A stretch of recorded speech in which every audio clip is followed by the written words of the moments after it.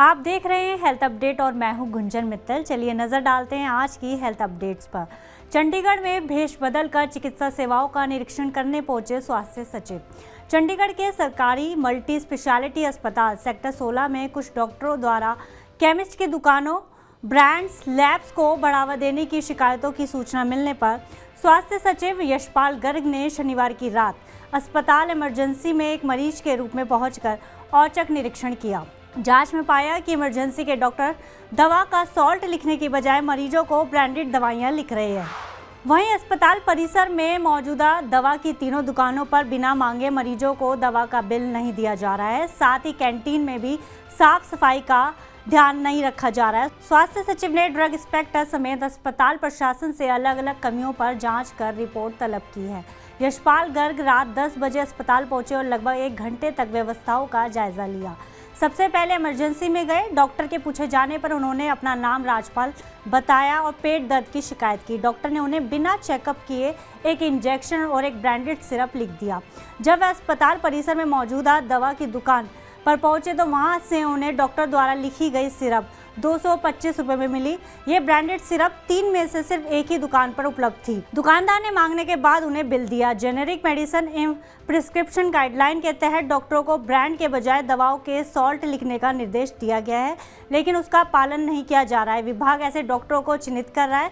जल्द ही उन पर उचित कार्रवाई सुनिश्चित की जाएगी। भारत में म्यूटेटेड सब फॉर्मेट XBB 1.16.1 के 436 मामले मिले। भारत में बढ़ते कोविड मामलों के बीच अब तक उपस्वरूप सब फॉर्मेट यानी XBB 1.16.1 के 436 मामलों का पता चला है।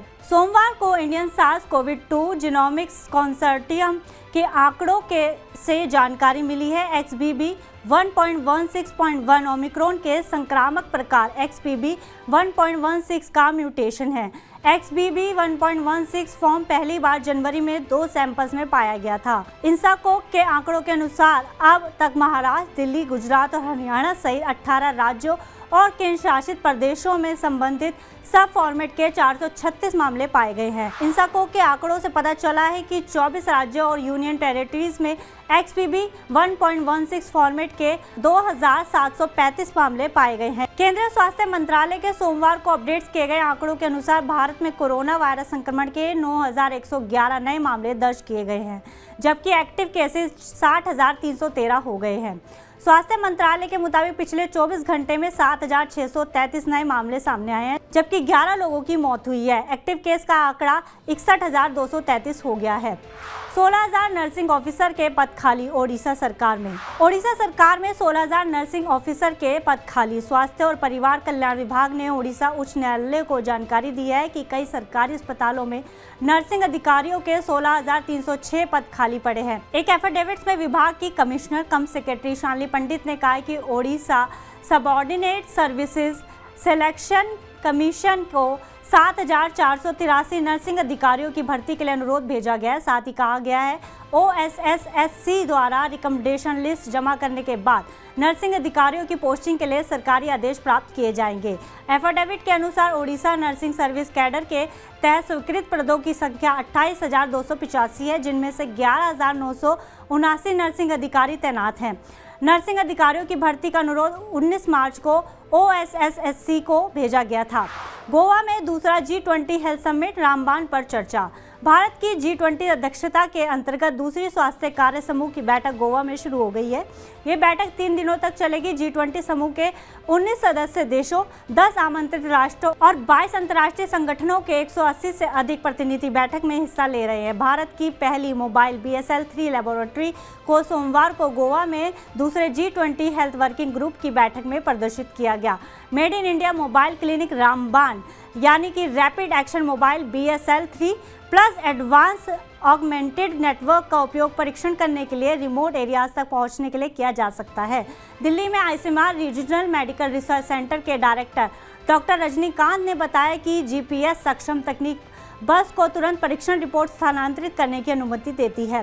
कांत ने कहा कि बस की सुविधाएं केमिकल वेस्ट का उचित उपचार सुनिश्चित करती है, जिससे संक्रमण की संभावना से बचा जा सके। G20 देश आम चिंताओं पर सहयोग कर सकते हैं। स्वास्थ्य स्थितियों से निपटने में ये मोबाइल क्लिनिक वरदान साबित हो सकता है। ये पूरी तरह से फर्निश्ड है। सभी रासायनिक कचरे का उपयोग किया जाता है, इसलिए किसी भी संक्रमण का कोई मौका नहीं है।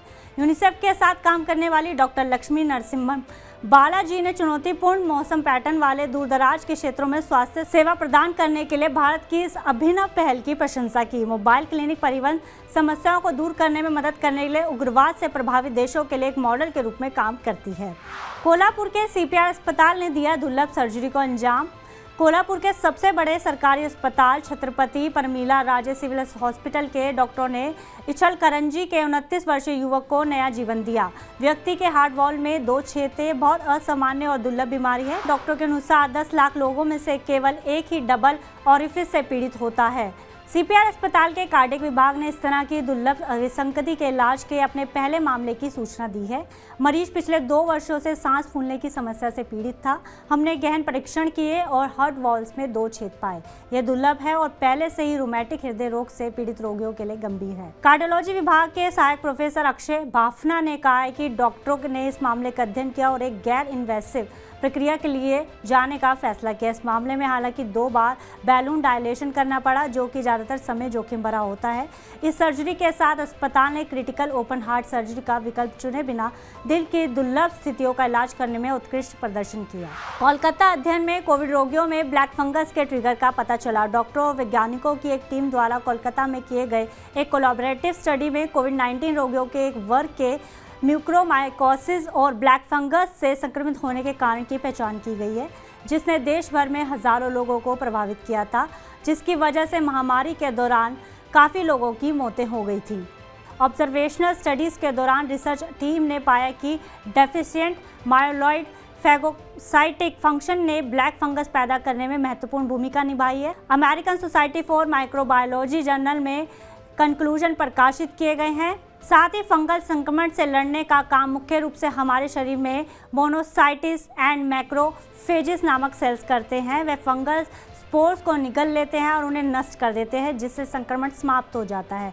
इस प्रकार इनगल्फमेंट को फैगोसाइटोसिस कहा जाता है। महामारी की दूसरी लहर के दौरान म्यूकोरमाइकोसिस फैलने के पीछे के कारणों की जांच करने पर एक दिलचस्प जानकारी सामने आई है। Indian institute of chemical biology Kolkata के वैज्ञानिक इम्यूनोलॉजिस्ट दिप्यम गांगुली ने कहा है कि अति संवेदनशील रोगियों में माइलॉइड फैगोसिस्टिक फंक्शन की कमी थी। यह अध्ययन भारत में कोविड-19 से संबंधित म्यूकोरमाइकोसिस की संवेदनशीलता से जुड़े इम्यून सिस्टम का पता लगाने के लिए इस तरह की पहली पहल है। आज हेल्थ अपडेट में बस इतना ही। आप देश दुनिया की खबरों के लिए देखते रहिए TV9 भारतवर्ष।